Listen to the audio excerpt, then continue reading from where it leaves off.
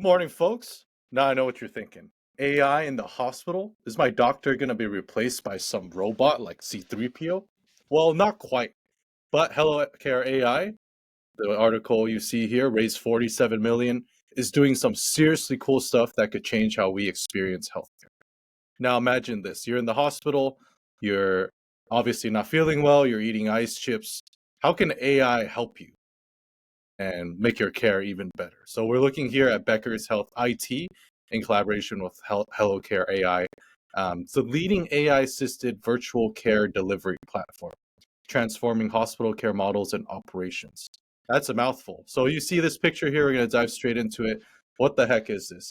Now, you see here, again, a long title, but imagine you're this person on the left in the bed, and you're in the hospital. You see all this technology around you. You see this doctor talking to you on the TV. You see this camera. They can see you. You can hear them. You see this dashboard of health. What the heck is going on? Well, healthcare AI, just so everybody knows, that just raised all this money. Here are some of their services, and again, very futuristic. Kyle, really interested in what you think here. AI assisted virtual nursing. So, this camera in your bedroom in the hospital, they're able to keep an eye on you. They're able to talk to you through the TV, through the camera. Telehealth, again, in the hospital setting, your doctor that you see from halfway across town, instead of driving to the hospital, can zoom in to talk to you while you're in bed. AI assisted virtual sitting, again, monitoring you, making sure you're okay, you're not falling. Remote patient monitoring. With this kit that you get, imagine, the hardware, all kinds of cool stuff.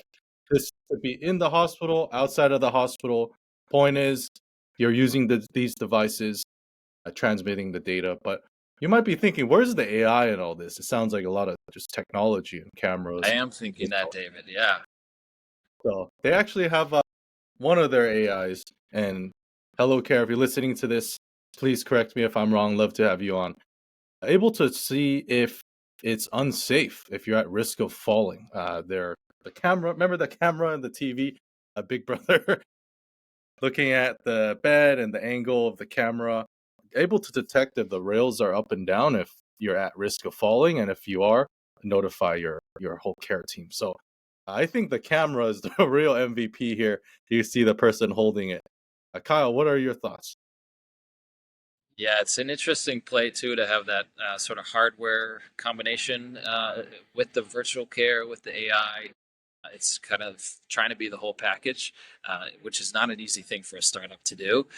And I'm guessing that they have some proof of concept in place, some of it working, some of it that is a pretty big vision. I'd guess why the 47 million came into play, and potentially why AI was part of the pitch there.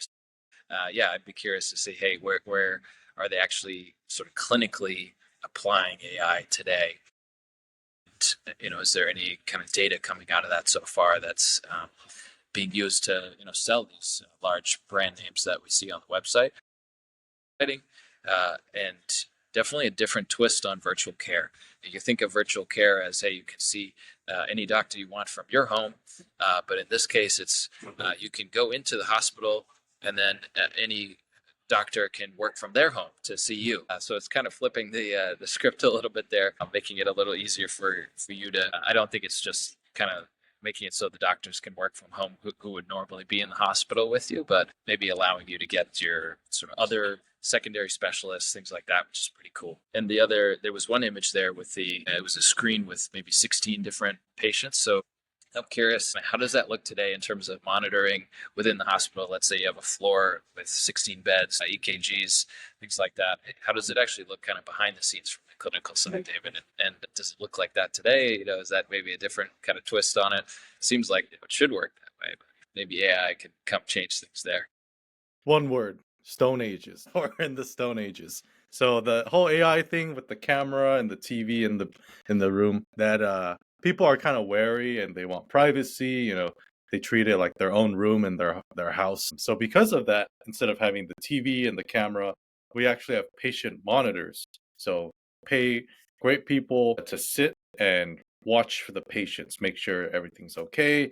If you ring your call bell and you need something, kind of like in your airplane, call the attendant and the light comes on. The attendant or the patient attendant, in this case, patient monitor, will come and get you and say, hey, Mrs. Kavecki or Mr. Lu, everything okay? Did you need something? Oftentimes, they can just call directly into your room and there's a phone on your bed. So we're a little bit in the stone ages, but that brings up a great point, is kind of the privacy angle of this. How do you feel about having a TV and a camera, microphone, your room bugged out Uh, there, Kyle? For the yeah, I sake think of technology and AI, though.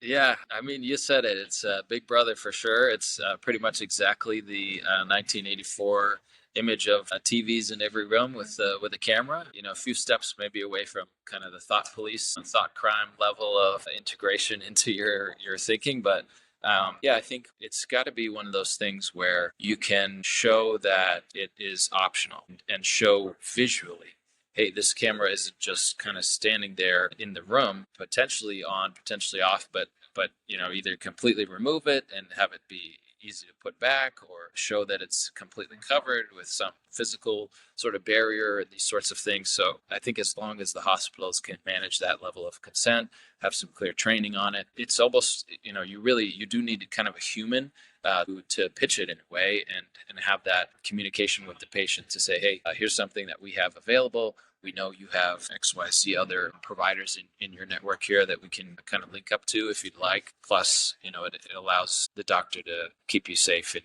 these different ways. You know, would you consent to us doing that? I'm sure they have their own standard operating procedures, SOPs for those sorts of things, but yeah, that would certainly be a concern.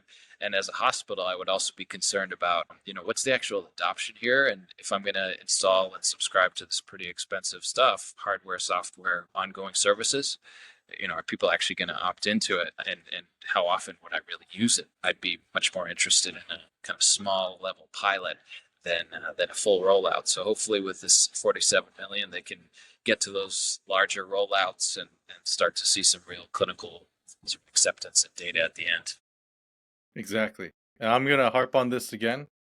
Hellocare.ai, if you have the 47 million still in the bank right now, figure out the camera part. This is the make or break it for your company right here.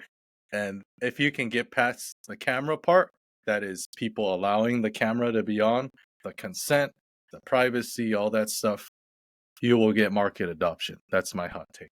What do you think about the camera, Kyle? Do you think it's a win or a bust?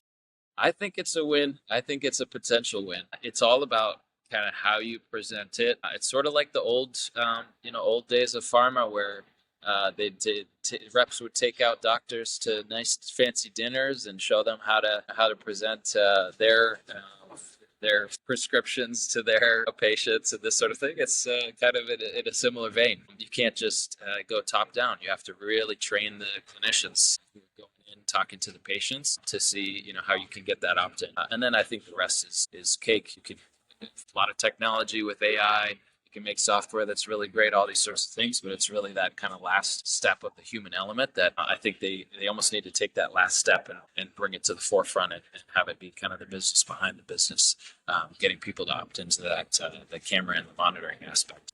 All right. Well, sounds like you think AI is not going to replace all these doctors and nurses and pharmacists' jobs. If you have a different hot take, let us know in the comments. Is AI going to replace your job if you're working in the healthcare sector? Also, let us know, do you think this camera is effective? Do you think this technology will actually be used? Or is it just a buzzword to raise some money? Hot take there. Hello, Carrie AI. If you're listening to this, we'd love to have you on the show to present a different opinion and give your hot take on everything that we just said. So thank you everybody for listening today. If you liked what you heard, give us a like, drop a comment. If you have anything to contribute, if you're on YouTube, go ahead and click subscribe or even the bell icon. Doing that helps us out a bunch. If you're on LinkedIn, go ahead and click follow. You'll see all our latest videos every week. Until next time, folks. Thanks, David.